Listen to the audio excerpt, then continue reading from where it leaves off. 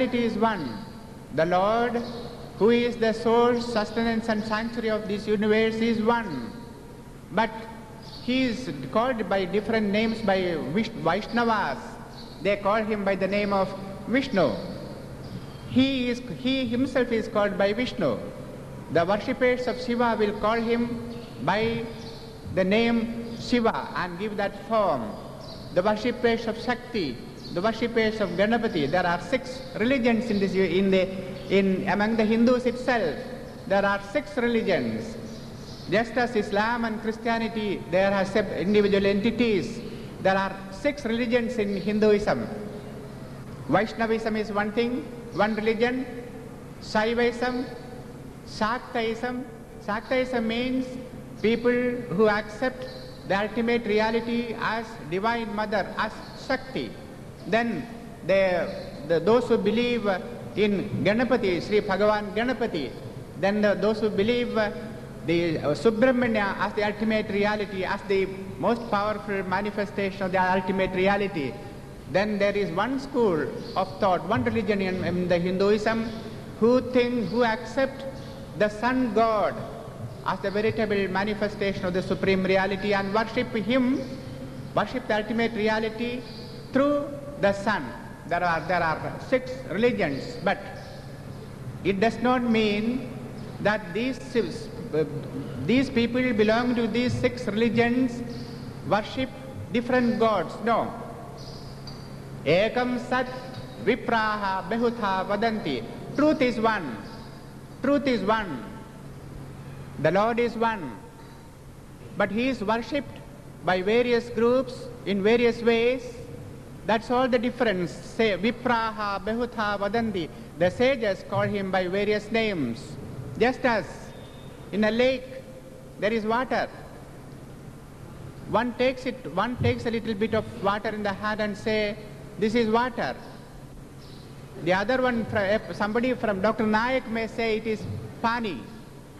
We will call it by a different name. Yes, there are different names for the same subject, but then the material, the object, the material is not different. Water is the same, but there are different names for the water. The difference is only that. Although there are 6 religions in Hinduism, although the ultimate reality is worshipped as Shiva, as Vishnu, as Devi, I want to emphasize this point that they are not worshipping different religions. No, not at all. It is the ultimate reality. It is the same God proclaimed by the Shrutis, by the Vedas. It is the ultimate reality.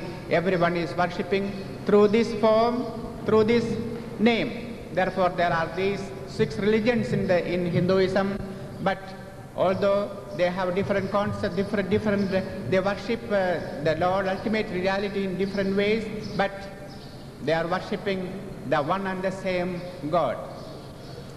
Philosophies, 3 types of philosophies. And when we come to the Advaita philosophy, the differences, the apparent differences, the differences are only apparent. The differences are only apparent. They are not real. Ultimately speaking, if we have come from him, the word has come from him, we are non-different from our source, the absolute, the ultimate cause, the cause and effect. The world is the effect. We all form part of the world. The universe is the effect. The cause is the ultimate reality, the Lord. So we are the cause manifesting as effect in quality, in essence, in substance, substantially. There is no difference between him and the manifested universe. We are the same. We are the same. According to Advaitins, the Lord has no form. He has no form, absolutely no form. The Vaishnavas will say God comes in the form of the most auspicious form of Narayana. But when it comes to Advaita, they do not say the God has any form. They insist that God is formless. But they insist, they drive the point home that we are non-different from our source. The ultimate cause, He is the Supreme Being, and the effect is the manifested universe, and therefore they are non-different. It is the same Lord who is pulsating in this universe. It is the same Lord. You see, one of the most important ideas, concepts in Hinduism is, it is the same Lord who activates, who pulsates in the hearts of all of us. It is the same Lord. It is the ultimate reality, the omnipotent present Lord, the omnipresent Lord. We accept Him as omnipresent. He is present everywhere, and He pulsates in the heart of all living beings as their self, as the ultimate individuality of me, of you, everyone else. Ultimately, it is He who is manifesting as X, Y, Z. Therefore, there is no difference between the Lord and the world, all of us. Antaryami, there is a concept of Antaryami, the indwelling spirit. The Lord is the indwelling spirit of the whole universe. He is present everywhere, and therefore, by virtue of that fact itself, that He is the indwelling spirit of all of us, of the ultimate reality of our individuality is the Lord Himself. If you give up the concept of the God, if the mind becomes absolutely quiet, when you go to sleep and when you are in deep sleep, the mind doesn't function there. What happens there? There you are alone, nothing else to disturb you. You are alone there, therefore you are happy, you are blissful. How do you understand? When you wake up the next morning, you report your experience in the deep sleep and say, well, how beautifully I have slept last night. I did not know anything. That is your individuality, that is your real personality. And if that consciousness can be called up throughout the waking state, then you are one with the God all the time. You experience God all the time. We bring the kingdom of heaven in the heart. You feel the presence of the Lord all the time. I think ultimately speaking, whether it is Hinduism or Islam or Christianity, is taking humanity to that level where we feel the presence of our Creator all the time in our heart. Where else do we experience Him? We experience Him in the heart.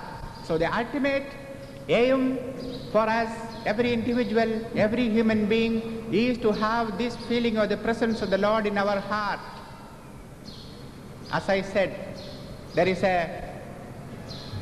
a clue. The feeling of our own blissful nature we experience in the state of deep sleep. That blissfulness, at that time we are one with the Lord. There is nothing to disturb us, nothing to distract us, not even dream. Even in the dream state we are distracted. But when you are in the deep sleep, there is no distraction. Therefore you are one with the God. Therefore you feel the blissfulness. And so, in the waking state, throughout your life, if you can create that kind of awareness, putting the mind at rest, all the time we are in the presence of the Lord. We enjoy the presence of the Lord. There is no difference between me and you. There is no difference in the world, in this universe at all, except one. Everyone is loved. Everyone is worshipped as Narayana. Everyone is worshipped as Narayana. Ultimately speaking, that experience, that elevation, raising the human mind to that level where we can experience the Godhood. That is our ultimate goal according to Hinduism. Thank you very much.